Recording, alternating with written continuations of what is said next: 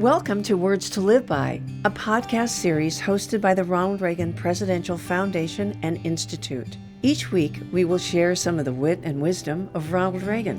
In essence, Words to Live By, made up of radio addresses and speeches he delivered from the 1960s through the 1980s. Well, we know our current Congress ranks as one of the most inactive in history. So here are the stats.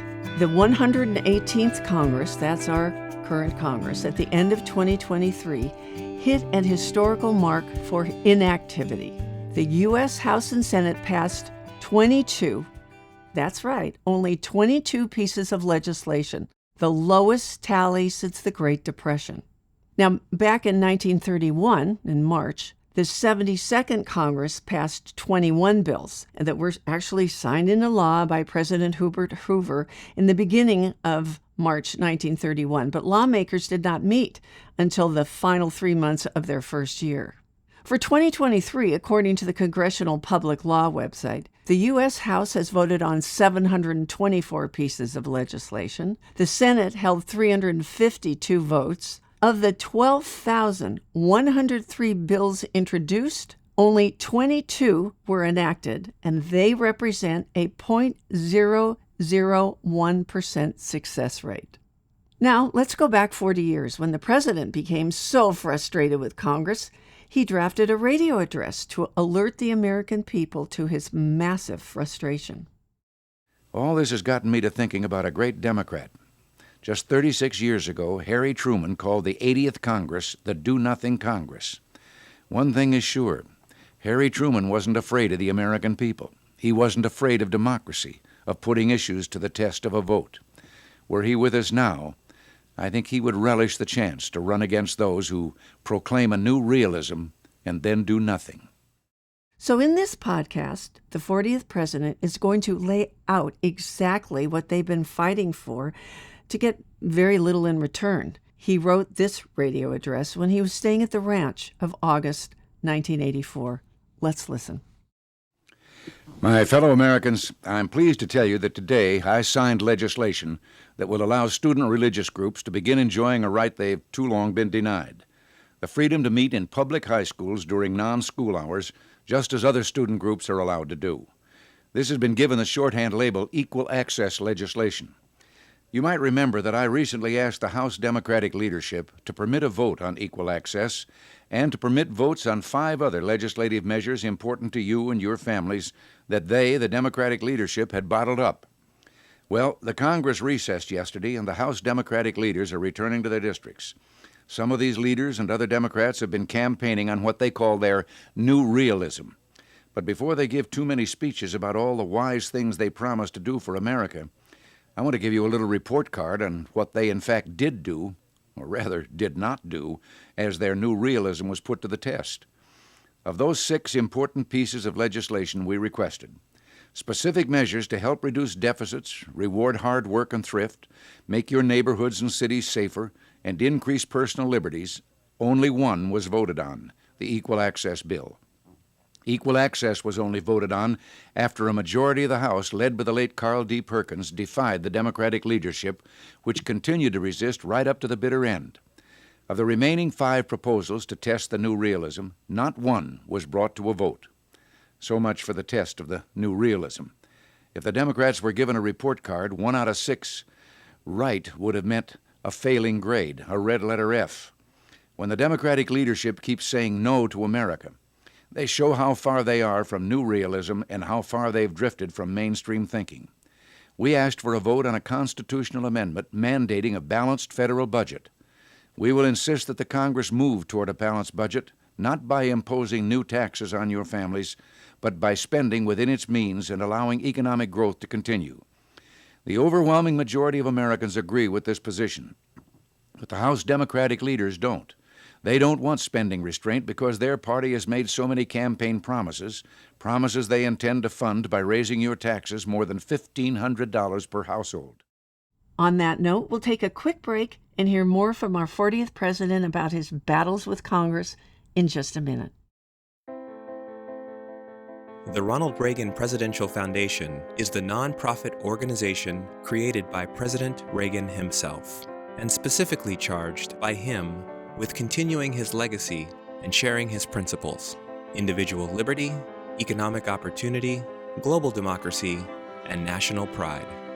We must remain vigilant and work together to share these conservative principles with younger generations. Your role is critical to move our mission forward. Thank you for your continued support.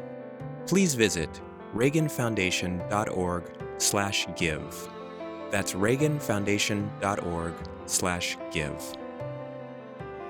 Now, back to the story. The president's going to continue. It's actually pretty hard to listen to. He continues to lay out all the bills they've tried to get through and how frustrated he became with the ultimate tagline that he was trying to force through his right-wing agenda.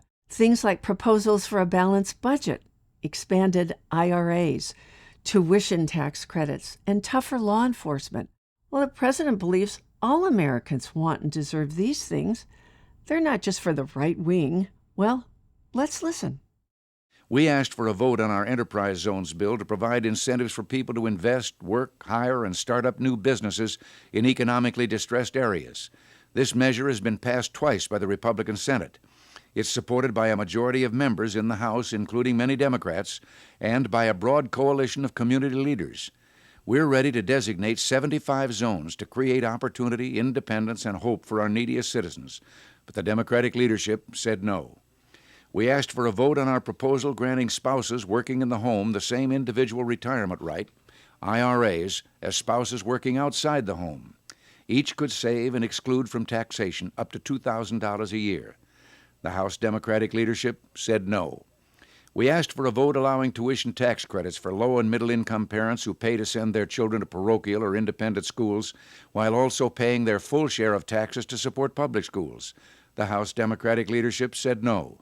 And we asked for action on our comprehensive anti-crime package to crack down on criminals through new restrictions on bail, tougher sentencing, and stricter enforcement of drug trafficking laws.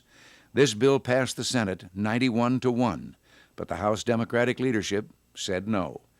You might be interested to know what House Speaker Tip O'Neill has called these proposals for a balanced budget: expanded IRAs, enterprise zones, tuition tax credits, tougher law enforcement, and equal access for students. He says they're, quote, a right-wing agenda, unquote. Does the Democratic leadership truly believe that common sense in budgeting and greater opportunity and security for people is a right-wing agenda?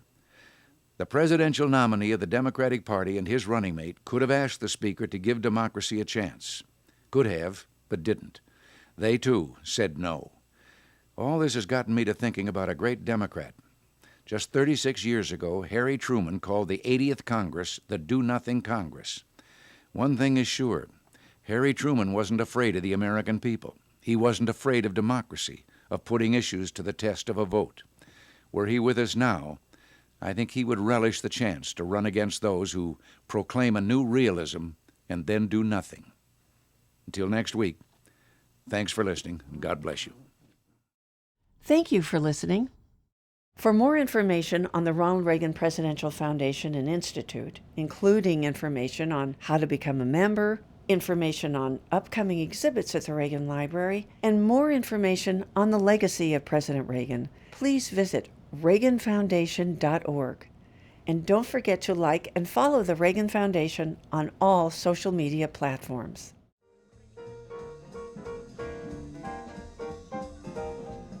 Don't forget to subscribe to the Words to Live By podcast in your iTunes or Google Play stores and on other podcast platforms as they become available.